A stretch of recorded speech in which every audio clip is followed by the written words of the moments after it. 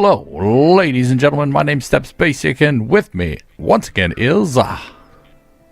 Hey, everyone. Babbling Beards 20 here. And got another potty for you. Yep. Welcome back to the Babbling Beards podcast. I like to sound all official and cool. So, we are on take 2 of our Final Fantasy film, or Final Fantasy Facts and Funs. Fun stuff? Oh, which?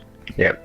Lots of fun stuff. Yeah, because we tried to do a live stream of it, and it kind of fell apart, and there was a lot of babbling from the Babbling Beards at one point, so it's like, oh, okay. So we're just like, all right, so we're going to start this over again. So we're going to start from the beginning again and talk our way forward. So, first of all, for those of you who don't know, this conversation today is about Final Fantasy in its various forms and basically things we know about it. For the most part, yeah. Yep. Having just finished Final Fantasy 1 again for the first time in forever. I still have not finished that one. I gotta play that one through. Yeah, that one had that one was an older one, much older one, considering it was the first of the series. That one was, I believe, 1987. So That means it's the series is a year younger, or a year younger than I am. 2 years younger than me. 'Cause I'm old. I'm so old and fragile. That makes me old too. Then, if you're old. Yep. We had talked a bit about like the original inspiration for Final Fantasy being Dungeons and Dragons and whatnot, which was one of the points that you didn't like about the original Final Fantasy 1, was that the magic... What do you mean? You didn't like that the magic was set to a set number of casts per level rather than, MP. MP. Yeah. It's just, it was, it felt like... Well, basically the reason why I wasn't a fan of it that way is because I was used to, the MP gauge instead of the number of uses and spells, so it's kind of sheltered / spoiled. Yeah, because it's definitely a different magic system. Which is funny because that magic system is the same for Mystic Quest. Yeah. I figure, I don't know when Mystic Quest came out in comparison to Final 91, Fantasy. I think, is when it came out. So it would have been after 2, but before 3. Yeah. Well, it was also... I think that was the second Final Fantasy to come out for the U.S. Yeah. We never got 3. In fact, we didn't get 2 either. We didn't get 2 until we got 4. PS1. Yeah. No, you didn't get... We got 4 on the Super Nintendo. We didn't get 2 until the PS1 with Origins. Yeah, our 2 was 4. Yeah. Final Fantasy numbers. I should say Final Fantasy series, where the titles are made up and the numbers don't matter. Yeah. Yeah, I remember Final Fantasy 1 first time. Like, I talked about it at the end of my series too.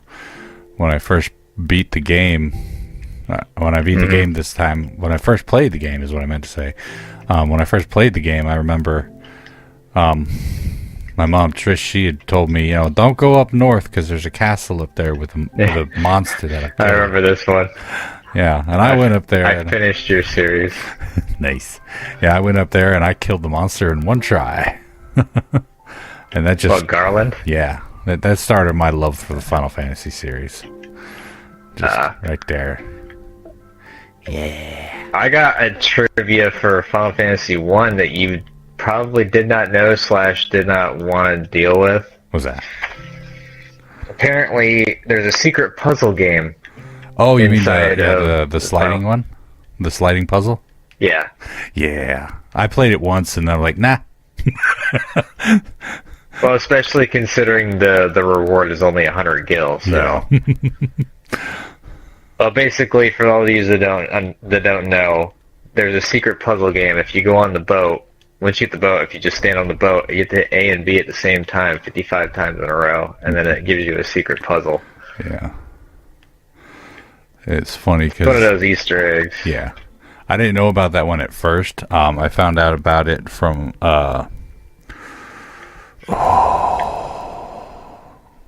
shoot, I don't even remember his name. It was so long ago, but I found out about it from a friend of mine.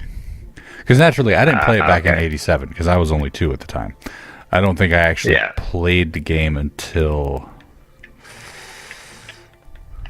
let's see, I was about 10 at the time, so it would have been about. So you're a Titus. No, I was. Oh yeah, I get you. My age was 10, so I was 10. I know. I gotcha. I figured out what you're saying. I'm picking up what you're putting down. You're smelling what I'm stepping in. But yeah, I found out from a friend of mine when I was in school, and it was funny because back then it was hard to find somebody else who played Final Fantasy. Played video games like I played, let alone Final Fantasy. As religiously. But you know what's crazy about the very first title of the series? The very first Final Fantasy does not have any mention of chocobos nor a Cid. Yep, that's the only ones that didn't have it. Well, I should say that. I don't know about 2. I haven't fully played through 2 yet. 2 has a Cid in it. Yeah. I know that for a fact. I think I'm pretty sure they have chocobos too, but I can't say for sure. I don't remember. I had Final Fantasy 2. I had back in my PS1 era. Yeah. And unfortunately, I don't have that game anymore. I don't remember what happened to it. I think I let someone borrow it and never got it back. Lame. It happened with a lot of my games. Yeah. It just disappeared. Yep. Try to be nice. I'm slowly getting them back, though. Yep. I'm slowly getting my library back. Yeah, that's good. You try to be nice to people, and then they just run off with your gear. I still remember that kid's name. The kid I lent games to, and he never returned them.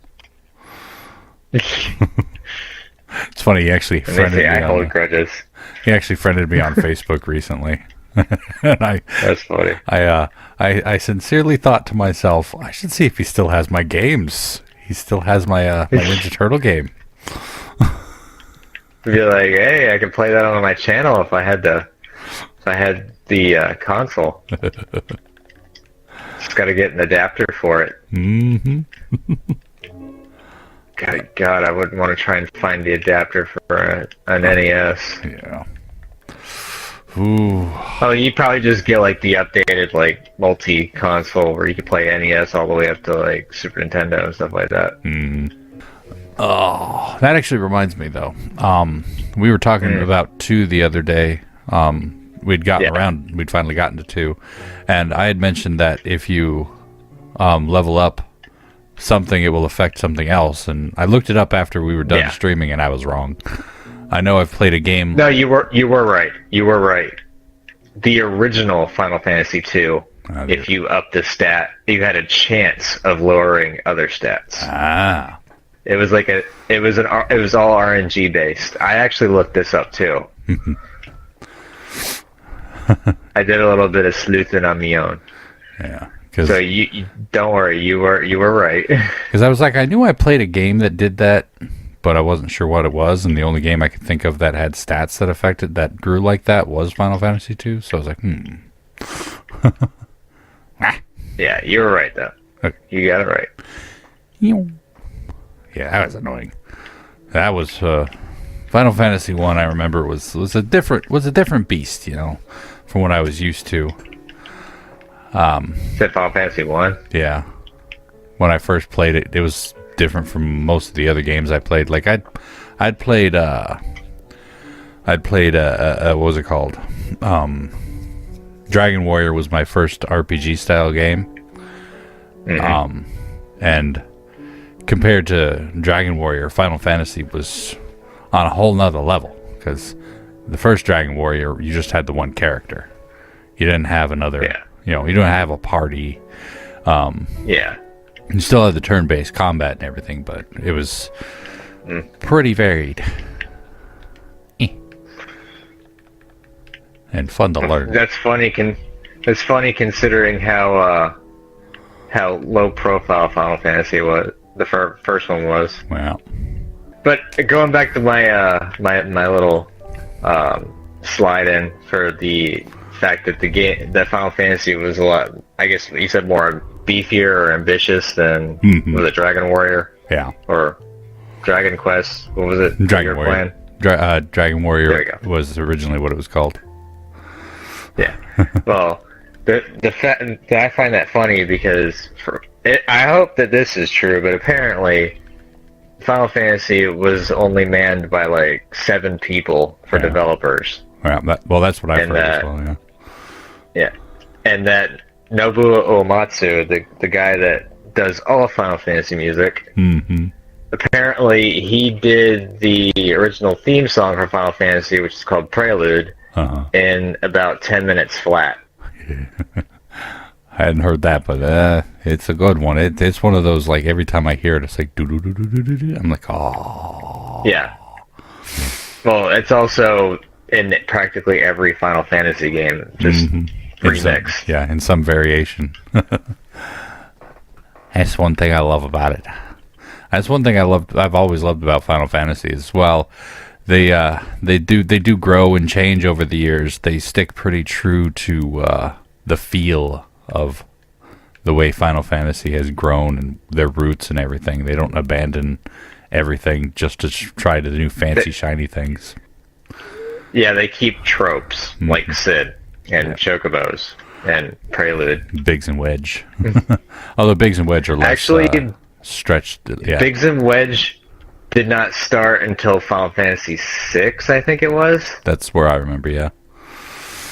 And that was, well, we all know what that one was for. Star Wars. Yeah. I was about to say that. Yep. Yeah, I think that's where Biggs and Wedge started. I'm pretty sure, 'cause, like I said, I haven't played 3 yet, so I can't vouch for 3, but I don't remember them being in anything else before that. Plus, I'm not sure. Yeah. But the Nobuo Uematsu thing, though, some people are worried because I don't know if you know, but Final Fantasy XIV is coming out with their next X pack in about a couple months. Yeah. I think it's like June, July is the release date. And he's been doing the music pretty much, well, minus like some contest winners that got their music put in for some like boss fight stuff, but apparently his health has been failing him. And the company decided that he's just too much of an asset, so they told him to sit it out, and then they'll just pull content from various other resources and assets and use that for the X pack. And people are kind of worried because it's like he's a staple for Final Fantasy. It's like they hope that it doesn't like detract from the gameplay. Yeah. Me, I'm just like, they did pretty good. Like, they had one contest winner. The way they changed it, the summons are now called primals in Final Fantasy XIV, the MMO. And of course, you don't summon them. You end up fighting them as bosses in like little quickie trials dungeons called trials. They each have their own theme song, and I believe it was Shiva. Her theme song was a contest winner. Basically, they got to put their music on, and they did a beautiful job with it. The entire song is choreographed to the boss fight. Basically, there's a speed up to the tempo of the song at one point, like you could say the beat drops, and right when the beat drops is when she hits you with diamond dust. So it's like perfectly synced and everything, and it's just like the first time I went through that, it's like goosebumps. Yeah, that's cool. Yeah. You can get a feel, like each song for the themes for the primals pretty much gives them like its own flavor. Like you could tell what the personality of the primal is through the music that plays while you're fighting them. I like that. I personally, I haven't really had an issue with any of the music in the game, or any of the other Final Fantasies for that matter. Some of them are iconic. Yep. I mean, I still friggin' Sephiroth's song. I mean, it was when you hear it, you just think Sephiroth. You never forget that. And Ultimecia from 8. Yeah. I have yet to touch Final Fantasy 8, so I don't know any of the music. I do plan on eventually playing that one, though. Kind of hoping that sometime soon they adapt it for Sony, so that I can get trophies for it, and then maybe that'll push me to play better. I mean, they did release 9, so I'm hoping they'll put out 8. I still haven't bought 9 yet. 9 is a little kiddie-ish for my taste, but I am eventually going to pick it up because I'm a stickler for collecting everything in the set, so Same. I will eventually pick it up and I will eventually play it. I'm just not going to be happy about it. I think you'll be pleasantly surprised. Alright, I'm going to go ahead and say one more thing about the game for 9. Oh, another 9, thing that upsets me is their trance system. Yeah. It starts off good. Like, trance is kind of busted in a way when you first get it, because it's just so much damage output. But towards the end of the game, it's busted in the wrong way, as in it's pretty much a waste. Because of the damage cap. I'd say that some of them are completely pointless, even before the end of the game. There's only a few of them that I think that can break damage cap because they hit multiple times. But it's not enough of them to, well, it's not enough to warrant, like, oh, trance system, like, is awesome. I mean, it does not beat Final Fantasy VII Limit Break system. That was amazing. Yeah. Now, albeit there were a bunch of, like, characters that have limit breaks where it didn't break the damage cap, but you did have at least enough characters that you could flesh out an entire roster for your combat that could throw out a limit break that did like more than just the 4 digits. Yeah. I remember 8 was the first one that I remember that you could actually break the damage cap, and you can only do it with one character. Squall? No, Eden, the Guardian Force Eden. Oh, well, I don't really call them I don't really consider those characters. Well, when you mean characters, I'm not playable characters, but the Guardian Force. The GFs. I remember when I first used it and broke the damage cap. I almost peed myself and fell asleep. Let's see. What was the first time I broke damage cap? That was Final Fantasy X when I got my hot little hands on Bahamut. Oh yeah. 10 was. I think 10 was just here. Let's make sure everyone feels extra powerful. Well, yeah, that was also due to the fact that there was no level cap, because there was no real leveling. It was just sphere levels, and that was used as currency. Yep. Which I liked the sphere grid. The sphere grid was amazing. It took forever to build your characters up, but you could literally fill every last stat up. Yeah. And break caps and stuff. Generally, I am actually very opposed to altering the leveling system. Yeah, me in too. games, but 10 really worked for me. And I was actually surprised that I liked it. Contrary to like what you said the last time we tried doing this little podcast event, was a lot of people didn't like 2's setup where you had to, let's say if you wanted your HP to go up, you had to get hit. I actually liked that. It felt more realistic. Like, of course, you a tougher body by getting beat up, quote unquote, for the most part. Or like you would swing a weapon better by or get stronger by swinging a weapon more. Yeah. It's funny because now that I've beat one, so I actually like that setup. Yeah, and you know what? I can definitely see the value in it and the logic in it. I just didn't like it because it was too different. Annoying. Yeah. Too different compared to what I liked from Final Fantasy and standard RPG style. Yeah. Because even like 10, while it's a variant of the leveling system, it still has like the core mechanic where you gain AP and you level up. You level up your sphere grid. You just get to choose which path you take. Yeah. But it was like with the new one, it was just like, or with 2, I mean, it was just like you don't really have experience. You gain experience in the real world way. Well, the problem with that one was it was RNG, so you had to basically pray to RNGesus, and if your prayers weren't answered, you didn't get your stats. And then, of course, also with what you said, with your stats, gain 1, lose 1 in another, possibly. So it's kind of funny. It was a lot of crap shooting. Yeah, it's kind of funny now that I beat 1, I have to buy and play 2. The only place I can find it is on the mobile, so I PS3. On the mobile. Yeah. So I have to buy it there. Which means I'm going to have to deal with the same issues I had to deal with Final Fantasy 1 on my mobile. Namely, it is not really a mobile game. Fat fingers. Yeah. Oh, yeah. That's why I always had that freaking arrow thing pop up on my screen when I was walking, and text was floating My off. favorite thing was, what was it? I think you did one of your compilations where you're trying to go through a doorway and you keep missing the door. I'm sitting there humming the music to myself, and then I get stuck. Yeah. Move. And you're like, dang it. Dang it. Jesus. Go in the door already. Yeah. Yeah.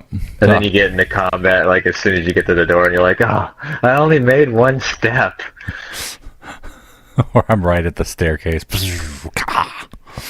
Yeah. I've got freaking... I actually looked up a quick leveling guide for that game, because I'm like, I don't really want to have to worry about it too much. And apparently you can quick level by beating yourself up. Oh, wow. I didn't know that. Yeah. It's basically you have one character set to heal, one character set to, like, attack, and one character set to cast one character set to cast a black magic on it. Oh, in Final Fantasy 2, you mean? Yeah. Yeah, no, I thought we were talking about 1 still. No, not in 1. Yeah, I looked up the quick leveling guide for 2 because I didn't want to have to deal with it that too works. much. And I hear you. Yeah. I don't want to deal with that either. So it's like you set all of these things up, and you basically find a monster that's not going to run away too quick, and you just spam the attack and the attack, the spell, and the cure on your whole party over and over again. Yeah. Well, I'm gonna go with a bunch of facts that I looked up that make a lot of Final Fantasy show that they're broken in a way. For one thing, your strategy from your playthrough for Final Fantasy 1, spoilers, with your end game with all those tempers and stuff. The original Final Fantasy temper and those stat boosters, those spells didn't even work. Yeah. And some of the stats actually didn't even do anything for your characters, like intelligence. Yeah, I remember, because when I was playing it when I was a kid, I remember it not being nearly as useful as it was in this one. Yeah. Well, it's a good thing, because could you imagine fighting Omega as without your tempers and stuff? No, thank you. Good luck with that one. Indeed. So happy to finally. What up? Okay, also, what was another one? So yeah, Final Fantasy 1's, a lot of the spells and some of the stats didn't even work correctly. A lot of people say Mystic Quest isn't Final Fantasy, but it does have Final Fantasy in the name. I consider it part of the thing. It's just not a numerical one. We'll just say that. Yeah. So we'll call it a branch family offshoot. But Mystic Quest, one of the craziest game-breaking glitches for that game would be the last boss, Dark King, has one of the craziest weaknesses out of the entire bunch. Uh, and that is your simple cure spell. mm-hmm. You hit your basically it has to be your main character. It can't be your party member. If your party member uses cure spell on the Dark King, it'll actually heal him. Mm-hmm. But if your main character, Benjamin, tosses a cure out at him, it does like a number overflow, and it gives the blue numbers like it's healing, but the numbers just flash across his character sprite and do like a huge number, and pretty much kills him in like 1 or 2 hits. So one of the most long, drawn-out, horribly difficult fights, considering all the status effects and instant kill moves that he's got and stuff like that. You can basically just skip it all just by tossing 2 cure spells and calling it a day. Yep. That's actually one of the things. It's like I kind of like it at the same time, but I hate it in the games. It's like the easy win button some bosses have. Throw a Phoenix down at them, or I think one of the first bosses in Final Fantasy VIII is the same way. One of the first bosses, not the first boss, but one of the first bosses, you just throw a revive or a Phoenix down at him and you automatically kill him. And then again later or the or the Gene attack in Final Fantasy VII. Yeah. Another one that I refuse to do that on because I know you can do it, and I'm like, well, I heard that if you toss the Phoenix down and get the quick win, you don't get the item drop from the boss at the end. I think it gives you a Phoenix down instead of the weapon. Here, you use this. Have it back now. Yeah, have it back. Let's see. What else was another game breaker? Oh, yeah. I'm going to give you a heads up, though, of Final Fantasy 2. I remember now why I didn't finish that one. Why is that? It got very repetitive. Yeah. That's where they started throwing in the guest characters. So you you get someone joins your party. Hey, this guy's this class. He's got this storyline. Yay, he helps you with the mission and pops out. Mm-hmm. You're going to have your guest characters popping in and out constantly with like waffling and flip-flopping. Yeah. There's so many characters, it's not funny. I remember Minwoo, I think his name was. Yeah, the white mage. Yeah. He's one of my favorites, by the way. Minwoo is he's really good. He's BA, huh? Yeah. But yeah, it's like I enjoyed that. Oh, also Final Fantasy 2, you know how your mom told you don't go north? Mm-hmm. I think it's the same thing with this one. But if you do this one, I was to say I challenge you to survive. Yeah. If you go north in this one. I don't know if you know. Yeah, I know there's like real bad guys right at the beginning of the game. I remember that. I found that out the hard way. Yeah. I tried beating my head against the brick wall and it didn't work. I had a concussion. Yep. So neither one of us have played 3, right? Or did you play 3? I own 3 actually. I've got it for the DS. I just haven't played it very far because I'm gonna go ahead. The graphics kind of detract from it for me because they made the chibi the chibi avatars. I'm with you on that. So that kind of was like, they look like children. Like I'm forcing children to fight for my amusement. I mean, isn't the Onion Knight a child anyway? No, the Onion Knight's supposed to be like a squire. It's a freelancer. Gotcha. It's supposed to be like a blank template, like jack of all trades fighter. Gotcha. The other thing is, like, what did I say? Final Fantasy 3 was the first to introduce job class changes, and the way that pulls off is you get early on. The job classes, you get a bunch of them per like crystal that you meet and stuff like that. Mm-hmm. But they each start at level, I think it's like 0 or 1. Mm-hmm. So by the time you get the first jobs that you can swap in, I think you're like level 10 or 12. So it's very jarring. It's like, yay, I got like red mage and stuff like that. Go ahead and get my first like casters and stuff and swap out of it, and all of a sudden I go from being steamroller to getting steamrolled Ah. because everyone's dying in one hit from the starting area. And just like, I got upset with it. And I was like, I'm just not going to play this right now. It's kind of frustrating. I'll play it when I cool down a little bit and, get a more of a level head and think it through more. At least with 5, in their job system, you still kept your main character level, even if you weren't. I like that. They had a lot of jobs that you can choose from. Mm-hmm. Mine was riveting, and it was just amazing. Yeah. I can't wait to get to 5. Sorry. 5 is also 5 is one of the Final Fantasies that has more female main characters than male. Yeah. Yep. I think that's... well, I know it's the first one, but I can't remember how many of them there were.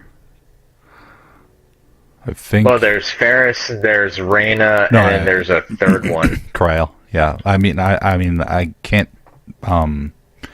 remember how many of the individual titles had the more female than male characters. Well, I mean, obviously, 10-2 did. Oh, no. Mouse. Oh, yeah. That's the...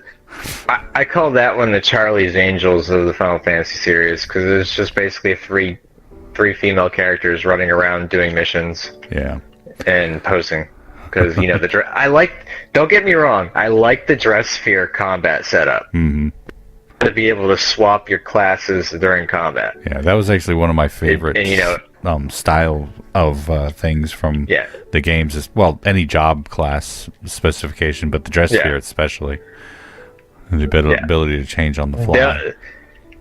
So sad that game was crushed in recycled content. Mm-hmm.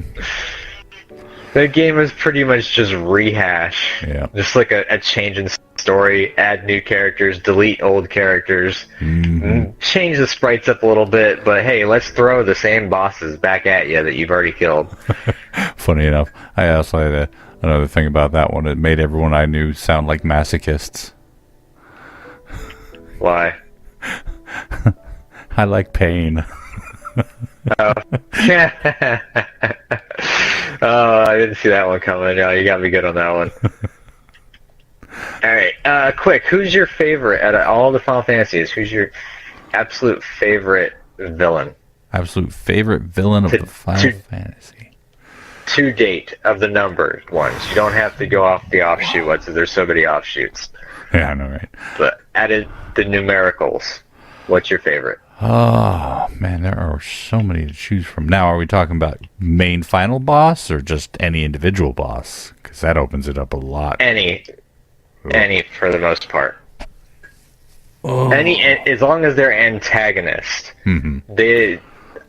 I'd say they have to be pure evil, not like secret evil or like mind-controlled evil. Yeah, so definitely they have to actually be evil aligned. Yeah, like Ultimecia would be removed because she was mind-controlled. Yeah, she's actually mind-controlled. Let's see. Golly, so many bosses.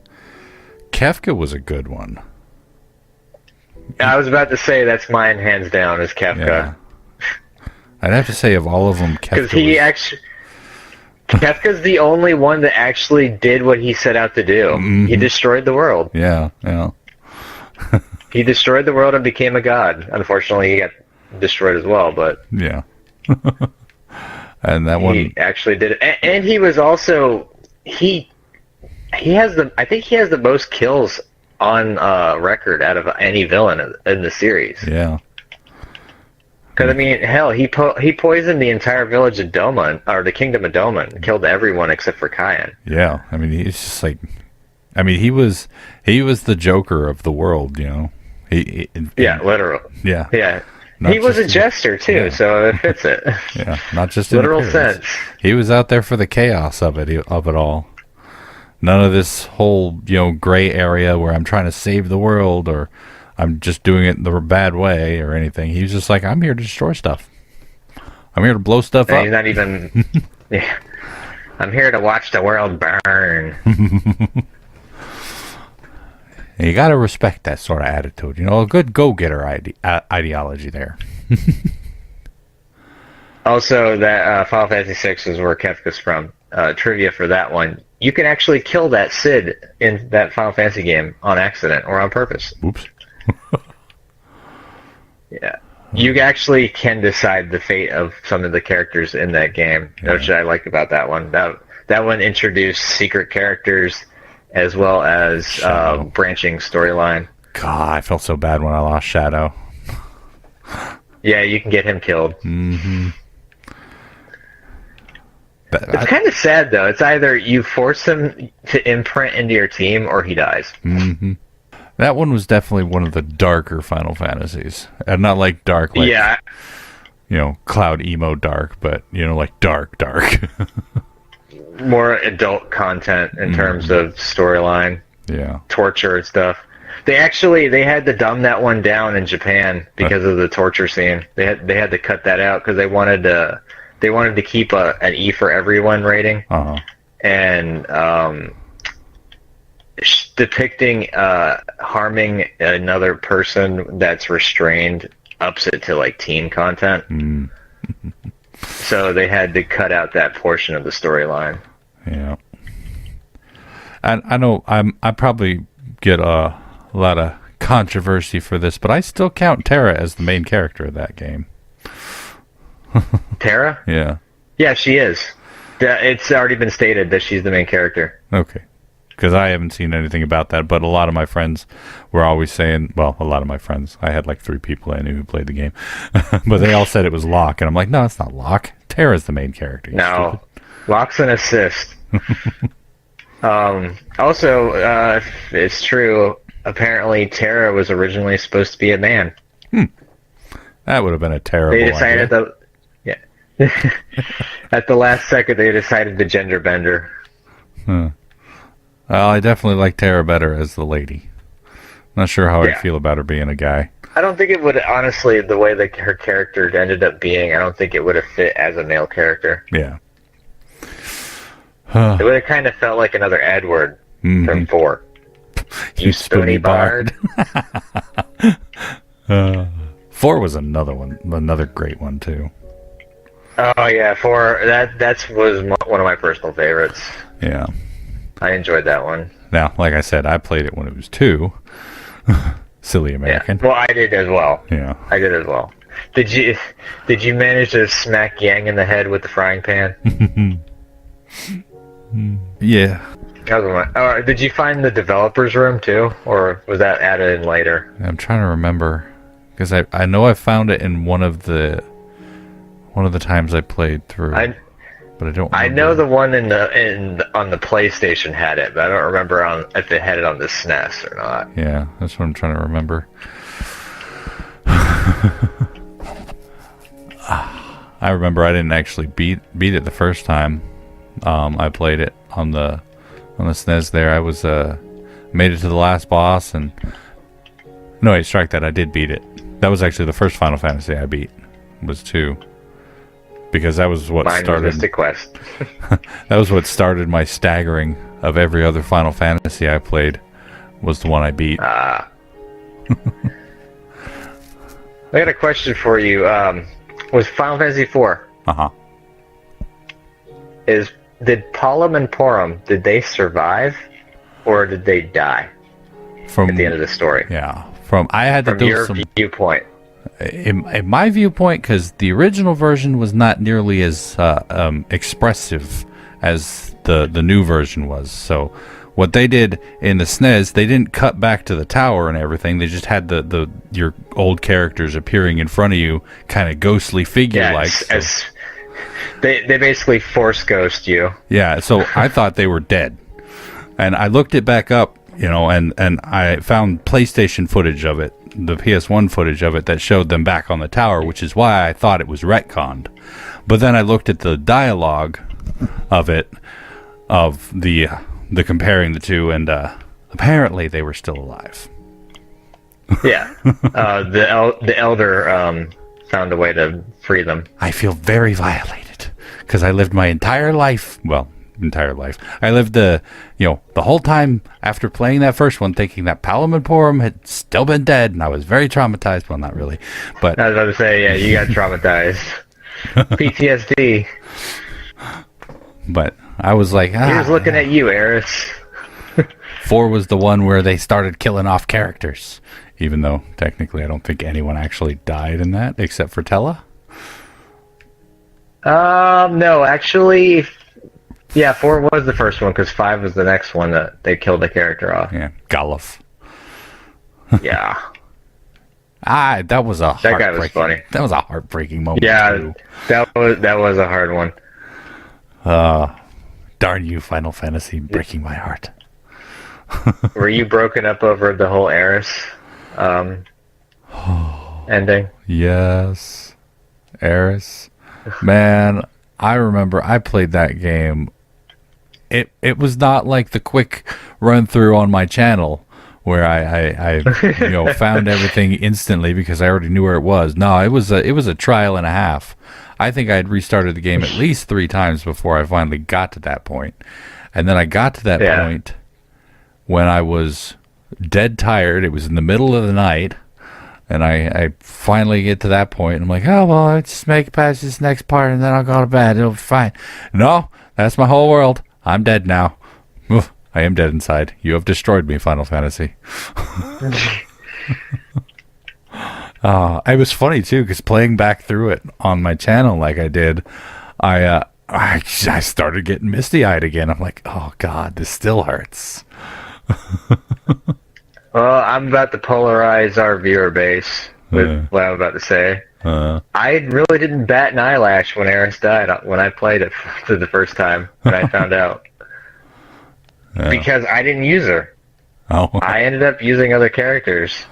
Her limit breaks, yeah, they were fun, but at the same time they were purely defensive, and I tend to power level, so I don't really need the defensive ones. I like to have the powerhouse hitters, so I'll rock like Tifa and Barrett.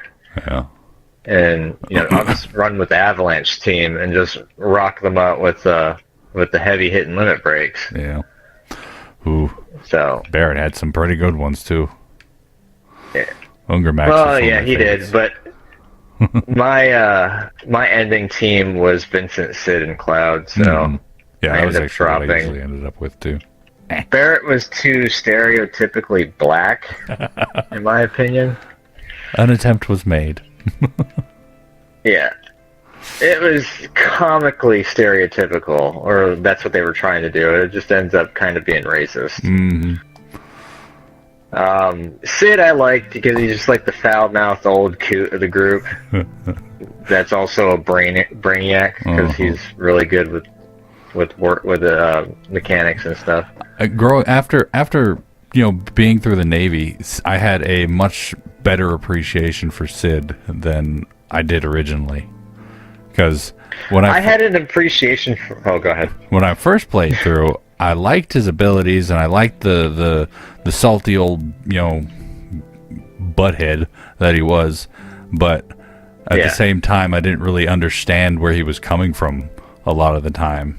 And then seeing the way he acted around Shara, I was like, he's just a jerk. He's always being mean to his wife, girlfriend, friend, whatever they are. But then after going through the military, employee. Yeah. After, serving in the military as much as I did, after the time I spent in the military, I knew it wasn't so much Shara as it was just everybody. When you get, Well, it's banter. the thing about it was, I think the way he acted, it was his way of showing like tough Affection, love. yeah. It was, that's the only way he knows how to show emotion is by being angry. Yeah. It was banter. It's not a good excuse, but that's how his character is. Yeah, and some people can only really express themselves in ways like that. Yeah. That's why the military really helped me to understand him as a character. And then let's see, because in Advent Children, he names the new airship after her. Mm-hmm. It's the Shara. Yeah, he's like, how do you Hands up, it's the sheriff. I'm trying to remember if there was any, like, if they actually talked about whether or not anything blossomed between them. I'd assume it's all conjecture, pretty much. I mean, he named a ship after her, so you assume that they're together because, of course, usually a guy doesn't name like his own ship after a woman unless he has feelings for her. Yeah. In some way, shape, or form. Even though she did save his life. Yeah. And I think it was more one of those things, like it's just kind of understood. The adult folks will get it. The kid folks will not really care. Yeah, it's just fluff for the adults. It's like throwing in those raunchy hidden jokes on Disney movies. Mm-hmm.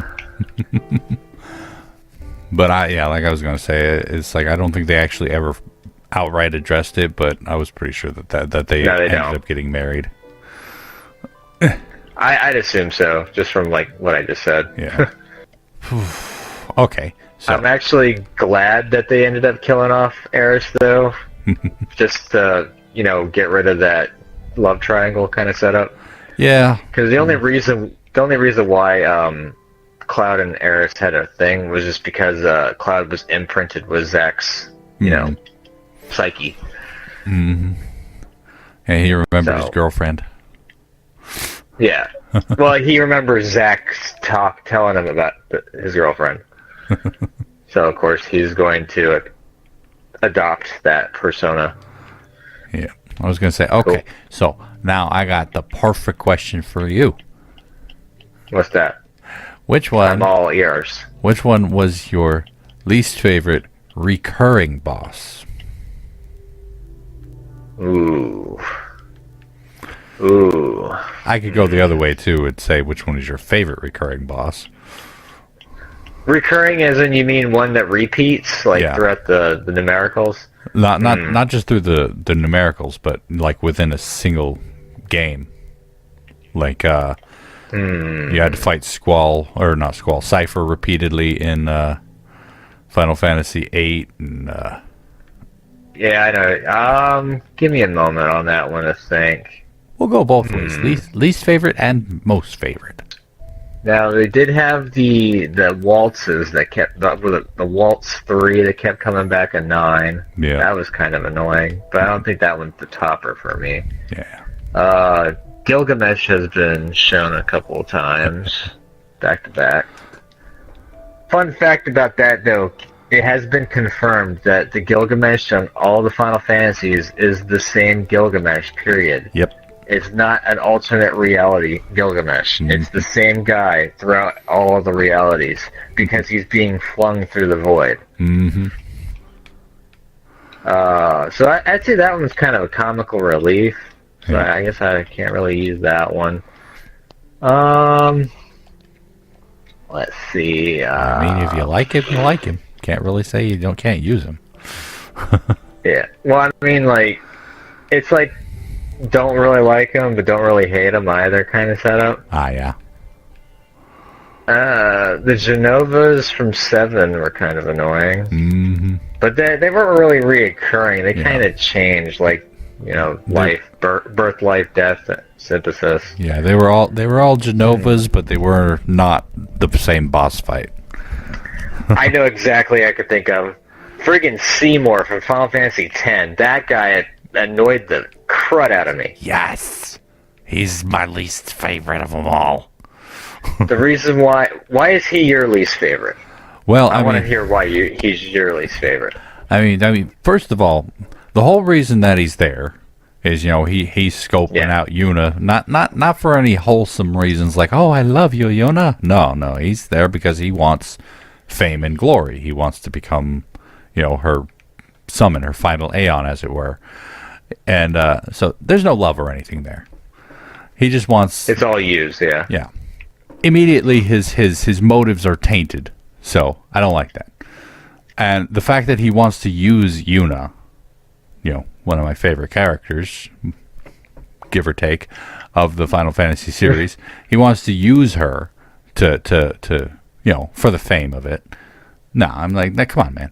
And not to mention the fact that he's not even intimidating. I mean, the last time you fight him is like the last dungeon. I think it's the last dungeon. And honestly, he's a breath of fresh air compared to the rest of the freaking dungeon. Not to mention the fact that he sounds like James from Team Rocket. Yeah. Oh my, you know. his voice. His voice, every time I heard it, I just, want to take a cheese grater to his face.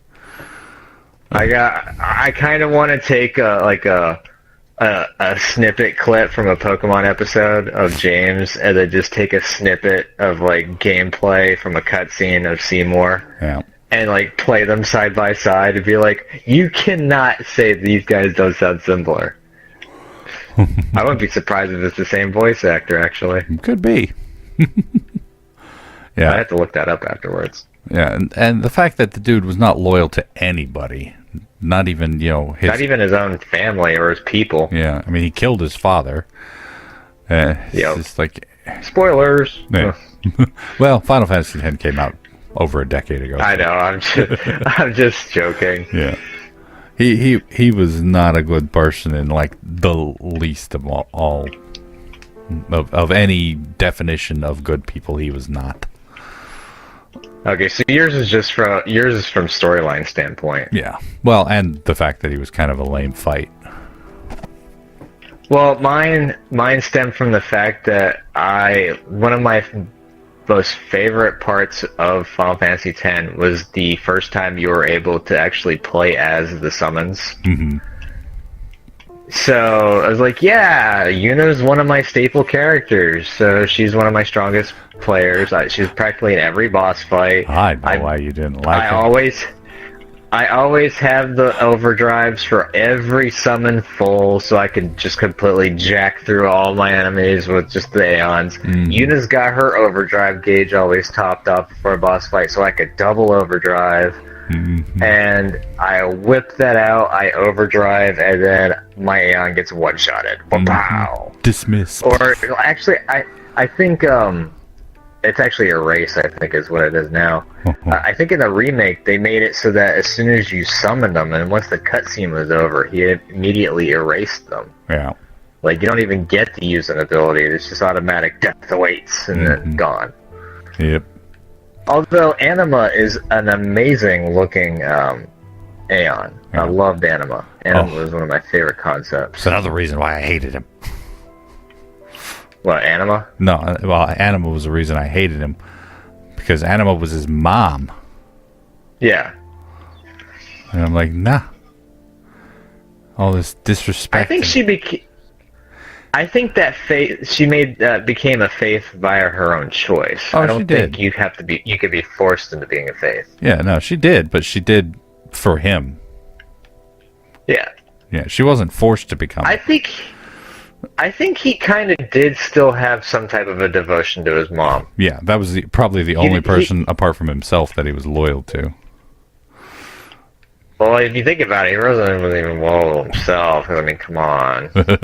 he was going to let himself be sacrificed. That's what the final Aeon is. Mm-hmm. He wanted himself to be turned into a monster. Yeah. Because then he would be famous forever. Or, well, he would live until the next cycle, as it were. Because technically he didn't. Okay, I'm gonna go ahead and hit you up on this one. Oh. Question for you: what was the saddest character death in the Final Fantasies to date? Oh, saddest character death. Let me go through all the deaths now in my head and just cry about them. I know. You got to go through them all and be like, this one died in this one, these people died in that one. Yeah. Tella was emotional. I already... Friggin'. Tella was only emotional due to the fact because his death was in vain. Yeah, that's his death was completely wasted. Yeah, he's not my choice, but I was thinking it was a bit of an emotional thing, him wasting his life in a futile attempt. What was left of it? Yeah. Although you gotta admit, the dude went out in style. I mean, he's an old fart, and he summons the strongest magic known to man and Heck, blasts his opponent. Yeah. I remember I was If I incredible. remember correctly, didn't he reduce him to a hand? Mm-hmm. Or was that Redia? I forgot. Yeah. I think it might have been Redia with the Mist Dragon. Yeah. But I But remember yeah, getting back to like who's your I loved that fight. yeah. Palom and Porum, well, I guess I can't really count them anymore. Shadow hurt. It has to be a canon, and it has to be a permanent actual death. Yeah. Can't remember if anyone actually canonically died in 6. Trying to remember. I think Celis can die.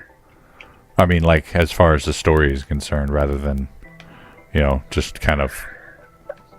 I don't know. I haven't even gotten to the quote unquote second part of the game after the world is destroyed. So I didn't even. I think the furthest I got was Doom Train, actually. Suplex him. Yeah, suplex the Doom Train. Gotta love that Sabin. Mm-hmm. So I think I could skip that one. Galuf from 5 hurt because He was a sad one. he was a character that was with you from the beginning of the game, and it's like, oh. Yeah, he had amnesia, but Mm-hmm. I don't remember who I am.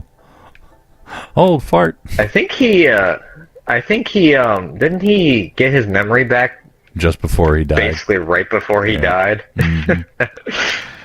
Yeah. Oh wait, I remember why I'm here. You may not have used her very much, but Ares was a staple in my party for most of the time. Because I came from all the way from the beginning, doing all the games where I have a healer all the time, no matter what. Even though 7 was less important to have one, so she was always my healer. I'll elaborate later on as I got older. Uh-huh. I had a better appreciation for Eris. Yeah. I used, especially when I found out what her later limit breaks did. That great gospel is so broken. Oh yeah. After actually looking at her limit breaks, I was like, did you not notice that it's just screaming, kill me? What? She can make you invincible? You think that she's gonna die? What? She's got 2 limit breaks that allow you to become invincible. Mm-hmm. Oh, I love that. That was a fun little trip trying to get the right box the Great first gospel. time. Yeah. Yeah. Anyway, back to the question. So let's see. Most heart-wrenching death. Mm-hmm. Canonical and has to be a main character. I got not only sad, but angry at Zidane. Not Zidane. Tidus. Why'd I say Zidane?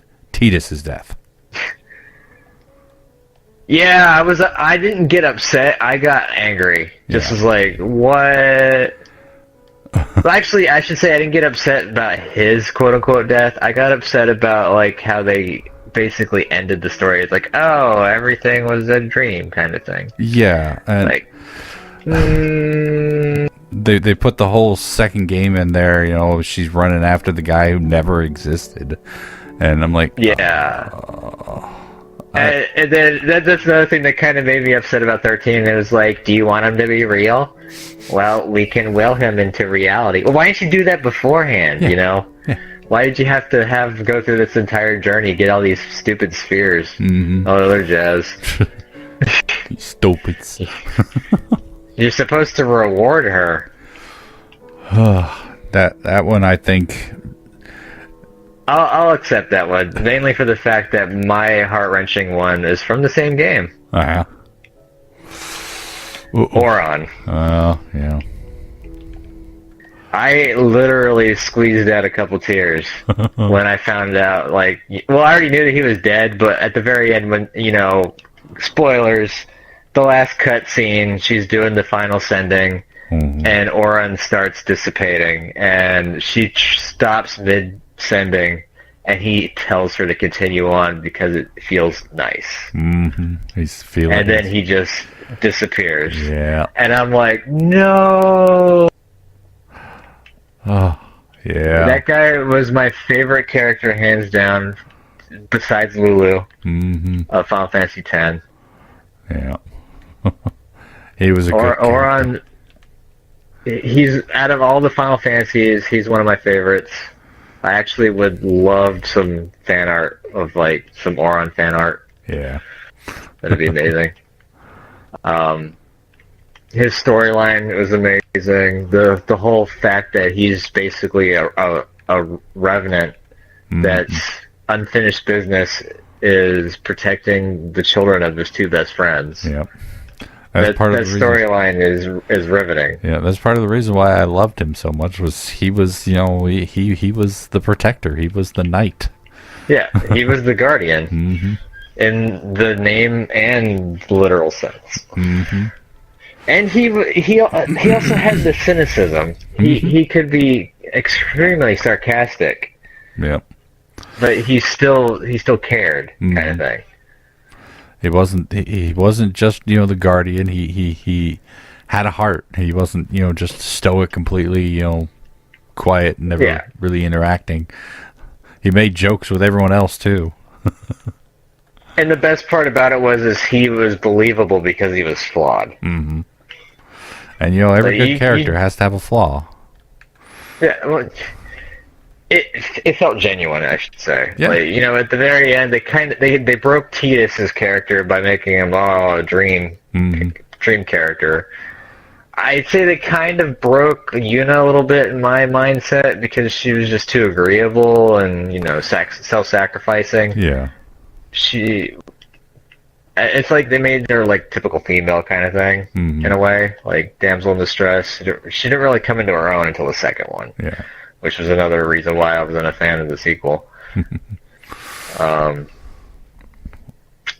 actually had a sequel to the sequel for 10, but it wasn't a game. I did not know that. It was a, I guess they're called CD novels. Ah. Audio novel. There we go. It was an audio novel. Huh. And a lot of people didn't like it. Go figure. Oh, you know why they didn't like it, right? Why is that? Everyone was like, at the very end of 13.2, you get the happy ending, your platinum trophy, and Tidus comes back to reality. He's real now. Well, apparently, you think like, oh, we want to see them be happily ever after. They're not happily ever after. They actually break up. They find out that they're not compatible with each other, and they go their separate ways. Go figure. Don't So like they basically, they take the happy ending and they just tear it apart. It's like, hey, here, you want to continue the story? Here you go. Here's the broken pieces. You're a jerk. My other upsetting thing about 10.2 was the way they broke Lulu's character, where she went from sarcastic, kind of gothy, extremely likable character, where she cares about, kind of like Aura in a way, but more abrasive, more willing to like beat your face in with the truth, and like cold reality. And then they about face her, and now she's like extremely lovey-dovey because she's pregnant. Because that's how pregnant ladies work, right? I know, right? Final Fantasy Tactics. Okay, I don't know anything about that. All right. If you read some of the flavor text for some of the zones that you can battle in and stuff, it says that in that reality, Moogles are extinct. Oh. Yeah, Moogles died out. That's unfortunate. I did not know that. Topical from what we were talking about constantly, Final Fantasy X. In the Japanese subtitled version of Final Fantasy X, Yuna never tells Tidus that she loves him. That cutscene at the very end where it's like, I love you, and then he disappears, didn't happen. Weird. The original words were, thank you. That's her last words to Titus, were to thank him. Huh. So the Americans yeah. get the romance. Yeah. But one more thing. One more I will say the one thing I wish that they would bring back from some of the earlier Final Fantasies is the realistic weaknesses in enemies. Yeah. I will go back again to Mystic Quest. A lot of people didn't like it, but I like the realism of it. Yeah. You fight a tree person with an axe, and it killed them because they're weak against axe weapons. You throw a fire spell at them, and they died because they're wood. A slime monster, you throw a bomb at it, it immediately destroyed it. It destroyed it because it's weak against explosives, kind of thing.